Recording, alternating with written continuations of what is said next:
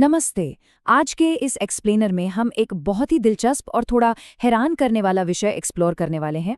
हम Japanese encephalitis virus के बारे में एक डीप डाइव करेंगे। एक आम सा लगने वाला मच्छर का काटना दिमाग की भयानक सूजन में कैसे बदल जाता है और फिर वहां से रिकवरी का सफर कैसा होता है। हम इन सभी बारीकियों को बहुत ही आसान लफ्जों में समझेंगे। जरा सोचिए, क्या होता है जब एक छोटे से मच्छर का काटना दिमाग की सिवियर ब्रेन इन्फ्लेमेशन यानी भयानक सूजन का कारण बन जाए। ये सच में सोचने पर मजबूर कर देता है कि कैसे एक माइक्रोस्कोपिक 50 नैनोमीटर का वायरस, मतलब जिसे खुली आंखों से देखना तो दूर की बात है, वो इंसानी दिमाग में इतना बड़ा न्यूरोलॉजिकल संकट पैदा कर सकता है। तो चलिए देखते हैं कि आज के इस एक्सप्लेनर का रोड मैप क्या होने वाला है। हम मेनली इन 5 पॉइंट्स पर बात करेंगे। द जापानीज एन्सेफेलाइटिस थ्रेट, उसके symptoms and severe risks, prevention and vaccines, फिर द रोड टू रिहैबिलिटेशन और आखिर में diet for brain recovery. Tension मत लीजिए, हम इस खतरनाक बीमारी के मैकेनिज्म से लेकर रिकवरी के बिल्कुल प्रैक्टिकल कदमों तक सब कुछ डिटेल में कवर करेंगे। तो शुरुआत करते हैं अपने पहले पॉइंट से, द जापानीज एन्सेफेलाइटिस थ्रेट। आखिर ये चीज़ है क्या? अगर थोड़ा साइंस की भाषा में कहें तो ये एक सिंगल स्ट्रैंडेड आरएनए वायरस है जो फ्लावी वायरस फैमिली से आता है। अगर ये नाम थोड़ा अनजान लग रहा है ना, तो बस इतना जान लीजिए कि ये डेंगू और येलो फीवर जैसे खतरनाक वायरसेस का ही एक करीबी रिश्तेदार है। अब यहाँ 2 साइंटिफिक कॉन्सेप्ट्स को समझना बहुत जरूरी है। पहला है एम्प्लीफाइंग होस्ट और दूसरा है डेड एंड होस्ट। एम्प्लीफाइंग होस्ट जैसे कि सुअर या पानी में रहने वाले पक्षी, इनके खून में वायरस बहुत तेजी से बढ़ता है, लेकिन कमाल की बात यह है कि ये खुद बीमार नहीं पड़ते। वहीं दूसरी तरफ आते हैं इंसान और घोड़े, जो कि डेड एंड होस्ट हैं। इसका बेसिकली मतलब ये है कि हमारे खून में वायरस इतना नहीं बढ़ पाता कि कोई और मच्छर हमें काट कर आगे इस वायरस को फैला सके। ट्रांसमिशन साइकिल यहीं इंसानों पर आकर रुक जाती है। अब ये बीमारी फैलती कैसे है? ये पूरा साइकिल 3 स्टेप्स में काम करता है। पहले स्टेप में वायरस सुअरों और पक्षियों में होता है। फिर दूसरे स्टेप में रात में निकलने वाला कुलेक्स ट्रिथेनरोहेंकस नाम का मच्छर इन जानवरों का खून पीता है। और आखिर में जब यही इन्फेक्टेड मच्छर किसी इंसान को काटता है तो इन्फेक्शन ट्रांसफर हो जाता है। ये मच्छर खेत खलिहानों और इंसानों के बीच एक खतरनाक ब्रिज का काम करता है। आते हैं अपने दूसरे हिस्से पर, सिम्टम्स एंड सीवियर रिस्क्स। देखिए, मच्छर के काटने के तुरंत बाद कुछ नहीं होता। एक 5 से 15 दिन का इंक्यूबेशन पीरियड होता है, जहां वायरस चुपचाप अपना काम कर रहा होता है।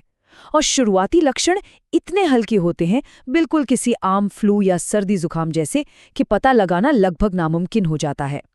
अब इस स्लाइड पर ध्यान दीजिएगा, क्योंकि ये डेटा काफी हैरान करने वाला है। हर इन्फेक्शन बीमारी नहीं बनता। असल में हर 250 इन्फेक्टेड लोगों में से केवल एक व्यक्ति, जी हाँ, सिर्फ एक व्यक्ति में ही इसके लक्षण सामने आते हैं। बाकी 249 लोगों को शायद जिंदगी में कभी पता भी न चले कि उन्हें यह इन्फेक्शन हुआ था। यही चीज इस वायरस को एक सच्चा साइलेंट स्प्रेडर बनाती है। लेकिन, और ये एक बहुत बड़ा लेकिन है, जो रेयर केसेस दिमाग की सूजन यानी एन्सेफेलाइटिस तक पहुंच जाते हैं, वहां खतरा एकदम से बढ़ जाता है। ऐसे गंभीर केसेस में जो फेटैलिटी रेट हैं यानी मृत्यु दर, वो सीधे 30% तक पहुंच जाती है। ये सच में एक बेहद डरावना आंकड़ा है। और जो लोग इस 30% वाले डेंजर जोन से बचकर निकल आते हैं ना, उनकी आगे की जिंदगी बिल्कुल आसान नहीं होती। करीब 30 से 50% सर्वाइवर्स को लंबे समय तक चलने वाली न्यूरोलॉजिकल परेशानियों का सामना करना पड़ता है। इसमें लकवा मार जाना, अचानक दौरे पड़ना और कॉग्निटिव डिफिकल्टीज शामिल हैं। मतलब बीमारी जाने के बाद भी अपने गहरे निशान छोड़ जाती है। बढ़ते हैं अपने तीसरे पॉइंट की तरफ, प्रिवेंशन एंड वैक्सीन्स। क्योंकि सच्चाई यह है कि इस वायरस का कोई सटीक इलाज या क्योर हमारे पास नहीं है, इसलिए समय रहते बचाव करना ही हमारी सबसे बड़ी और एकमात्र ढाल है। सबसे पहला और सबसे प्रैक्टिकल कदम, मच्छरों के काटने से बचना। अगर आप ऐसे रूरल या एग्रीकल्चरल इलाकों में हैं तो पिकेरिडिन, DET या ऑयल ऑफ लेमन यूकलिप्टस वाले मस्कीटो रिपेलेंट्स का इस्तेमाल जरूर करें। और रात में सोते वक्त परमिथ्रिन केमिकल से ट्रीटेड मच्छरदानियां बहुत असरदार होती हैं। खासतौर पर एशिया और ऑस्ट्रेलिया के खेती वाले इलाकों में ट्रैवल करने वालों के लिए ये एब्सोल्यूटली क्रूशल है। बचाव का दूसरा बड़ा तरीका है वैक्सीनेशन। हमारे पास 2 बेहतरीन विकल्प हैं।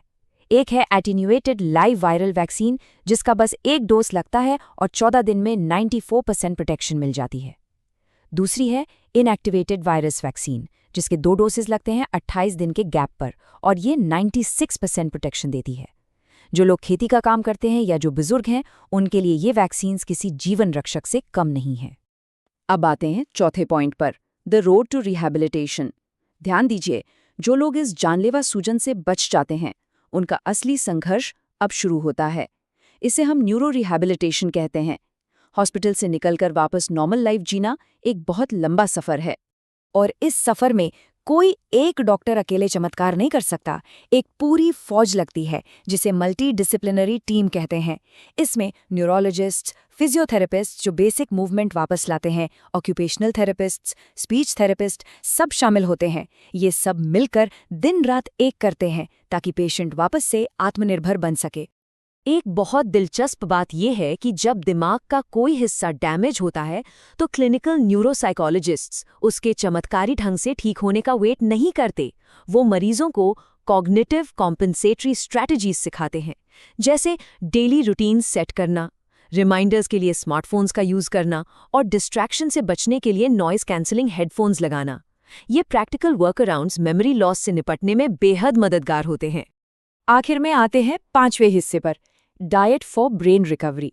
क्योंकि चाहे आप कितनी भी थेरेपी ले लें, अगर फ्यूल ठीक नहीं है तो गाड़ी कैसे चलेगी। सही न्यूट्रिशन एक हीलिंग ब्रेन के लिए सीधे सीधे दवाई का काम करता है। अब इस लिस्ट पर थोड़ा ध्यान दीजिए।